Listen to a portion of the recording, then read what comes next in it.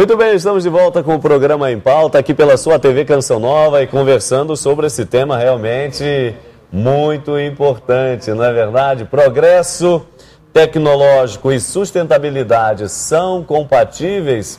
Nós estamos vendo aqui que ora sim, ora não, não é? Mas que tipo de progresso tem que ser esse, né?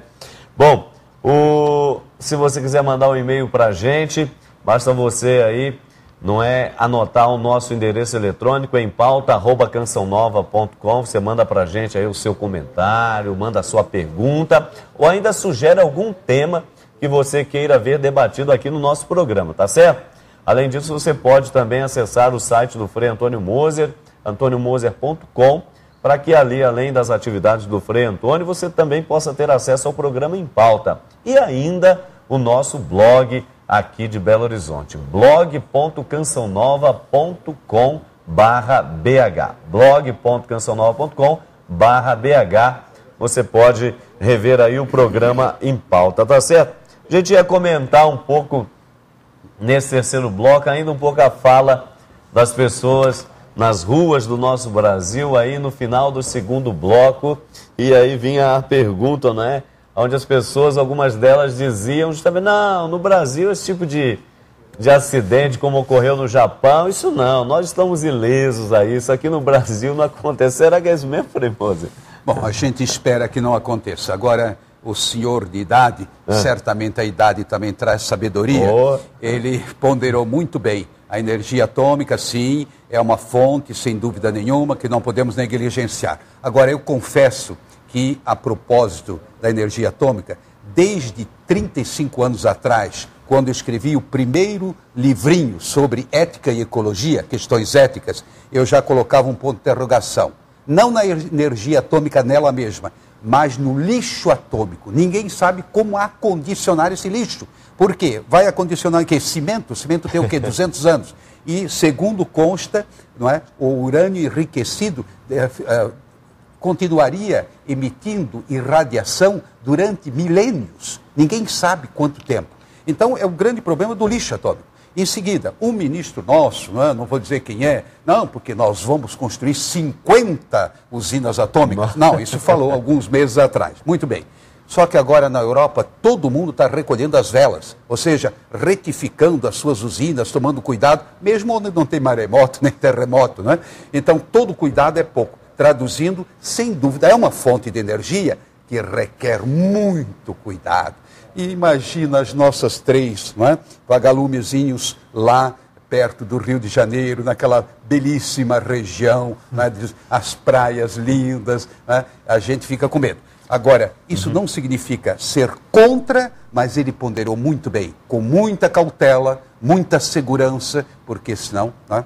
Aliás, as pessoas dizem, professor, é porque o Brasil está um pouco olhando aquele mapa das placas tectônicas, né? Então o Brasil está ileso a elas porque está justamente protegido, não é? Quando passa ali a divisão pelo outro lado, né? Pelo mar. Oceano, não o Atlântico, mas o Oceano Pacífico, então o Brasil estaria do lado do Atlântico, ali não haveria problemas de maremotos, terremotos, mas não são as únicas catástrofes. De forma alguma. Aliás, um dos maiores acidentes, que foi o acidente de Chernobyl, em 1986, na Ucrânia, a que o senhor se referiu na reportagem, ele não se originou por um terremoto ou tsunami, foi por falha humana. E a falha humana ela ocorre em qualquer lugar do mundo, inclusive no Brasil. Então, toda tecnologia, e nesse aspecto a tecnologia nuclear, como o Frei Moser falou, é uma tecnologia que exige um nível de precaucionário, uma precaução enorme. Agora, depois do acidente no Japão, todos os grandes países produtores de energia nuclear, como a França, a Alemanha, estão revendo seus programas. Eu espero que o mesmo ocorra no Brasil. Esses programas, a energia é importante, mas devem ser revistos. E agora eu gostaria também de comentar que os nossos grandes reservatórios são também objeto de preocupação. Sem dúvida. Os nossos grandes reservatórios, eles emitem, por exemplo, o metano, que é um gás 28 vezes mais poderoso que o CO2 para a produção do efeito estufa. principalmente os reservatórios que foram construídos se alagando a mata, como os reservatórios, por exemplo, de Balbina, de Tucuruí. Esses reservatórios na Amazônia, fica muito caro você desmatar toda a área que vai ser alagada para inundar. Então toda aquela vegetação fica lá. E o apodrecimento dessa vegetação, que acontece durante décadas, vai gerar metano. E esse metano, então os grandes reservatórios brasileiros também têm problemas ambientais. Muitas vezes é vendido através do marketing ambiental de que a nossa hidroeletricidade ela é limpa. Ela não é tão suja quanto a nuclear, mas ela também tem o seu passivo ambiental. Eu gostaria de acrescentar uma coisa, voltando à energia atômica. Lutzenberger é reconhecidamente um grande especialista na questão atômica. E, preparando esse nosso debate, eu li um artigo dele que me deixou arrepiado, no sentido de seguinte, que quem tem uma usina atômica, não é, tem uma bomba em potencial.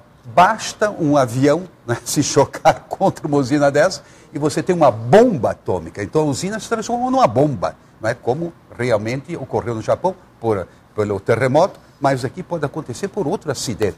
Eu acho que de fato o senhor colocou assim muito, muito bem. Nós não devemos ser contra. O ser humano tem que ser ousado, tem que buscar alternativas. Agora, com as devidas precauções. E gostei dessa observação, não é quem sou eu para avaliar a sua colocação, mas é para ressaltar. Por exemplo, grandes hidrelétricas também têm problemas. Não é? Em outras palavras, todo cuidado é pouco. Tá certo. Nós, nesse terceiro bloco, como sempre fazemos aqui no programa, queremos aqui indicar alguns passos, não é?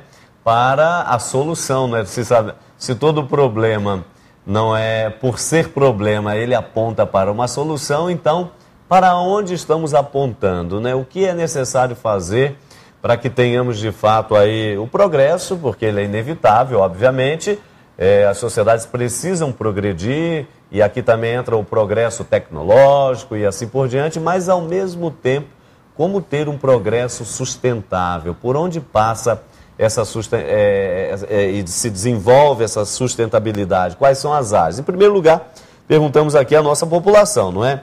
O que você faz para ter um mundo mais sustentável? Vamos ver o que as pessoas disseram e depois vamos aqui escutar o professor, que é alguém muito gabaritado para tal, e claro, o nosso querido Frei Antônio Moser, com toda a sua reflexão teológica sobre o assunto. Vamos lá então.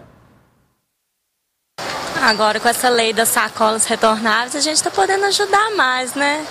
A reciclagem é importante.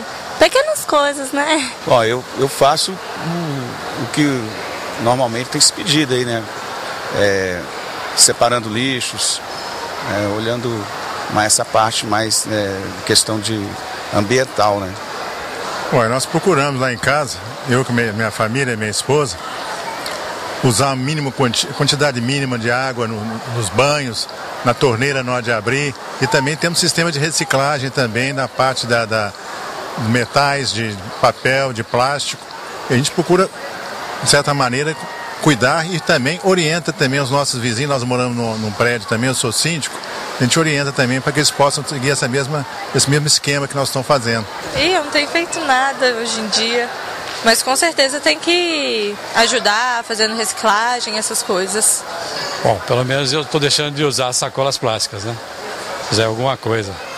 A gente tem procurado respeitar a natureza, fazendo reciclagem do que a gente pode fazer, no caso do lixo, evitando jogar plástico no lixo comum. Nada. Nada mesmo. Evito de usar sacolinhas, né? Já há muito tempo que eu tenho evitado de usar. Não jogo lixo, né, no caminho, e vou acompanhando as entrevistas de vocês aí, o que a gente pode melhorar mais. Tá certo, vai acompanhando a entrevista para ver o que se pode melhorar, né? E é o que nós, aqui com esse programa, queremos refletir, né? O que pode ser feito para se melhorar. Por isso eu pergunto aqui ao professor, e vai também na mesma linha para o Frei Moser, por favor. Professor, como ser, então, ecologicamente correto e economicamente viável. Olha, porque as pessoas não dissociam uma coisa da outra, não é? Mas então, como ser ecologicamente correto e economicamente viável? Bom, inicialmente achei ótimo todas as respostas dos cidadãos e elas refletem muito o momento atual. Existe uma preocupação da sociedade, é evidente, em pequenas coisas fazem o todo mudar. Né? Eu acho que a pequena mudança de hábito dentro de casa já é um sinalizador de que é aquilo que o Frei falava, de que nós estamos no limiar de uma mudança. Né? E essa mudança começa com pequenas coisas. Por exemplo, se eu vou trocar o carro, que é uma coisa que todos nós fazemos, quem não gosta de um carro novo? Né? Então, por que comprar um carro grande? Vamos comprar um carro que talvez emita menos carbono. Será que as pessoas já pensaram nisso? Usar mais o transporte coletivo, não é? Economizar a água. Então, todo cidadão pode fazer alguma coisa. Agora, é preciso também que os grandes façam. Exatamente. Né? O governo precisa de adotar o que a Unesco tem preconizado. Existe um livro importantíssimo, inclusive, que foi editado pela UNEP, que é o órgão das Nações Unidas para o Meio Ambiente. Esse livro foi patrocinado pelo governo da Noruega. Ele está totalmente, gratuitamente acessível na internet. O livro chama GEO4. Então, ele trabalha com os principais bases da sustentabilidade humana. E lá, no último capítulo, é o maior capítulo da obra, eles fazem cenários para o futuro. O que vai acontecer entre 1987 e 2050? Então, basicamente, as grandes mudanças vão ocorrer na medida em que os governos adotem a chamada governança ambiental. Perfeito. Então, essa governança ambiental é absolutamente necessária. Então, nós temos que enquadrar todos os princípios da sustentabilidade, não é no Ministério do Meio Ambiente, nem na Secretaria do Meio Ambiente. Eu diria, é no gabinete da Casa Civil. É onde as políticas são geradas nesse país. É no Ministério da Economia, é no Ministério da Defesa. Ou seja, nós temos que colocar a sustentabilidade em todas as dimensões do governo. É a chamada governança ambiental. E, obviamente, a Agenda 21, ela fala isso já desde 1991, que é o envolvimento de todos os segmentos, inclusive o movimento religioso. Por exemplo, eu tenho ligações com empresas de reciclagem. É muito importante a igreja, a contribuição que a igreja tem dado na questão da reciclagem, porque a igreja mobiliza, e reciclar é mobilizar. Então, nós precisamos de mobilizar a sociedade, nós temos que usar todos os instrumentos que estão ao alcance da sociedade para alcançarmos essa mobilização. A reciclagem não é só tecnologia, não é só boa vontade, a reciclagem é mobilizar. E a reciclagem, ela é apenas o início. Então, adotando a governança ambiental e adotando mudanças de comportamento da sociedade, eu não tenho dúvida de que os nossos netos podem até desfrutar um mundo melhor do que nós temos hoje. Tá certo. E a igreja tem feito o seu papel, né, Frei? Já como o professor elencou, e eu termino aqui, passo a bola aqui para o senhor, para sua fala final, citando esse incentivo dos nossos bispos, né, a igreja no Brasil.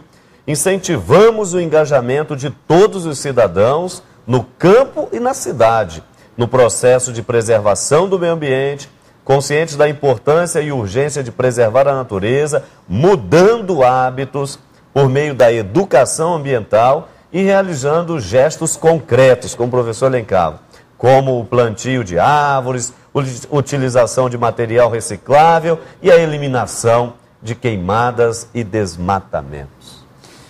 Eu acho que tudo foi bem colocado, eu apenas iria explicitar. Não só técnica, mas também não só ética. Você tem que conjugar as duas. Mudança de atitudes e, ao mesmo tempo, a tecnologia. Por exemplo, no caso da biotecnologia, você pode produzir no laboratório, não é, bactérias que vão purificar a água. Elas se alimentam da sujeira, traduzindo. Em vez de produzir, não é, vamos dizer assim, armas biológicas, perfeito, você produz tecnologia para purificar o meio ambiente. Por quê? Já foi feito um grande estrago. Baía de Guanabara. É uma coisa incrível, isso é apenas um exemplo. Muito bem.